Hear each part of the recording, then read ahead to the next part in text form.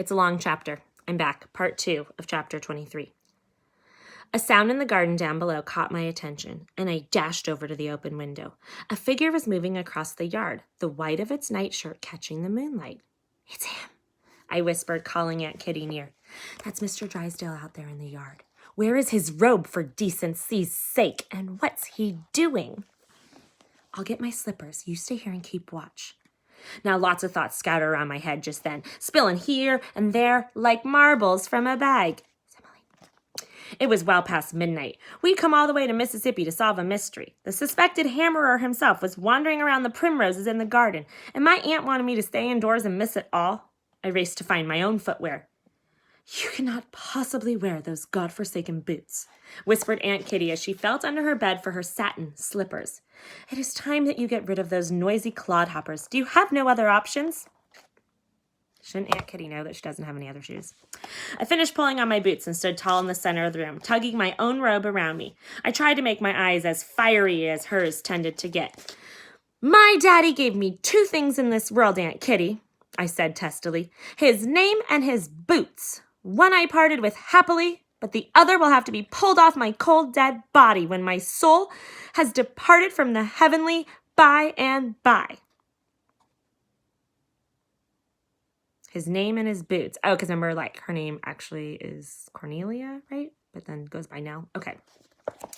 Aunt Kitty got to her feet with a but she spoke no more against my boots. She slipped into her own shoes, and off we sneaked along the creaky hallway and down the wide carpeted staircase. Aunt Kitty was in such a hurry we left the oil lamp and the poker behind. The unlit house was silent except for the ticking of a grandfather clock somewhere on the first floor. When we stepped onto the back porch, the whir of the cicadas made us both jump. We froze like a couple of stone statues for a moment, listening to Mr. Drysdale to catch us prowling. But the yard was quiet. Aunt Kitty glided down the steps without a sound and moved along the path like a ghostly apparition. Her long chestnut hair was undone from its knot and swung wildly at her shoulders. I recalled Mr. Pinkerton's request that I play the role of a ghost on this adventure. And I half wondered if that's what we were doing now, haunting the garden like we were. My aunt pulled me close as we passed along the jasmine, explaining in a hushed voice that what she thought was Mr. Drysdale's motivation for doing the killing. She said Detective Webster had become friends with him, and Mr. Drysdale talked endlessly about buying new land. "I suspect it all amounts to greed," she whispered. "If it was indeed Mr. Drysdale who killed the bank teller and stole the money, he has likely hidden it, and that 130,000 could be in this backyard, where he is visiting it right now." My eyes scanned the shrubbery ahead of us for any sign of him. "I wish you'd have brought a rope, Aunt Kitty," I complained softly. "What will we do once we catch him? I've been teaching myself to pinky whistle. I might be able to rouse someone to help us." Aunt Kitty ignored me and kept on walking. Or if Mr. Drysdale catches us following him out here, how will we explain ourselves? He ain't likely to believe we're stargazers." "We will not let ourselves get caught," Aunt Kitty declared. And because she couldn't let a moment pass without setting me straight, she added, "And the proper word is isn't, not ain't. Mind your grammar, even in times of distress." We inched on along the path, our arms entwined until we caught sight of the white nightshirt up ahead in a clearing. I heard the babble of what must have been a small stream, and in the faint moonlight I could see Mr. Drysdale standing right at the water's edge. I reached up for the nearest branch of the magnolia tree above us, and I quietly snapped it in 2. How did she do that quietly? Leaving a heavy blossom at the end to dangle like a fragrant chandelier. Okay, so a magnolia is a type of tree that's actually really big in the South. So she took a branch down, snapped it in 2, and she's got the flower blossom at the end. And she wants to dangle it, okay?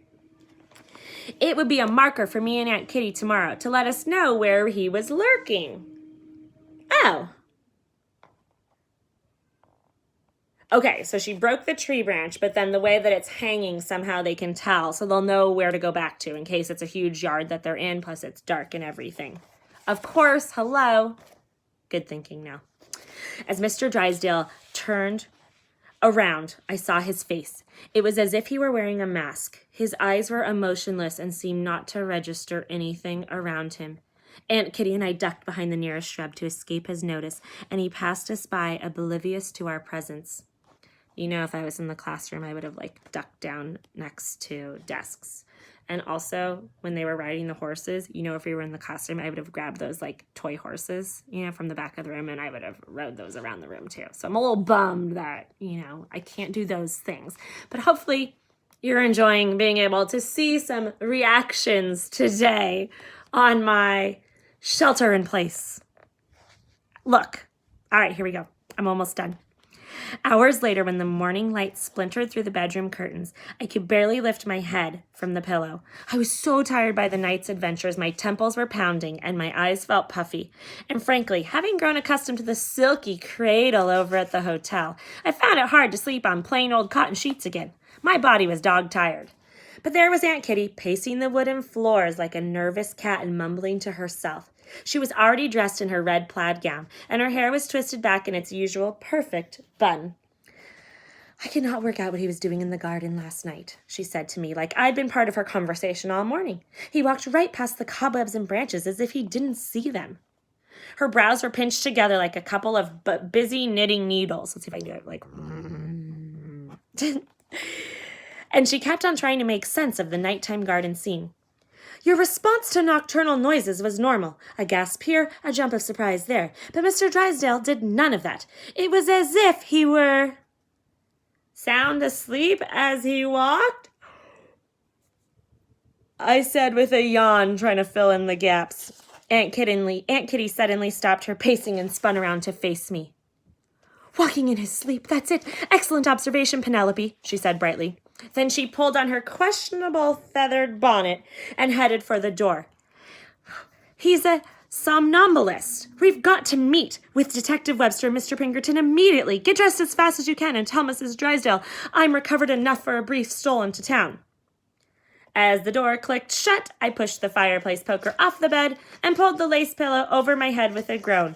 Because somnambulist was going to be in my next vocabulary lesson. I just knew it. Well, if you recall, the title of this chapter was, And I Rise to My Vocabulary Lessons, meaning she rose, like got up in the morning, with a vocabulary lesson. Now I'm going to show you the word. Well, maybe I'll just spell it. So this is the word. Let's see if I can do it. It's kind of blurry. So it's right here. It's S-O-M. Okay, that one there. So it's S-O-M-A-N. Oh my gosh. S-O-M-N-A-M-B-U-L-I-S-T. So your job is to figure out what that means, okay? So I'll repeat the part where it kind of gives a clue, and hopefully you can figure it out based on context clues. Okay, so she says, walking in his sleep, that's it. Excellent observation, Penelope. She pulled on. And then the next thing she says is, he's a somnambulist.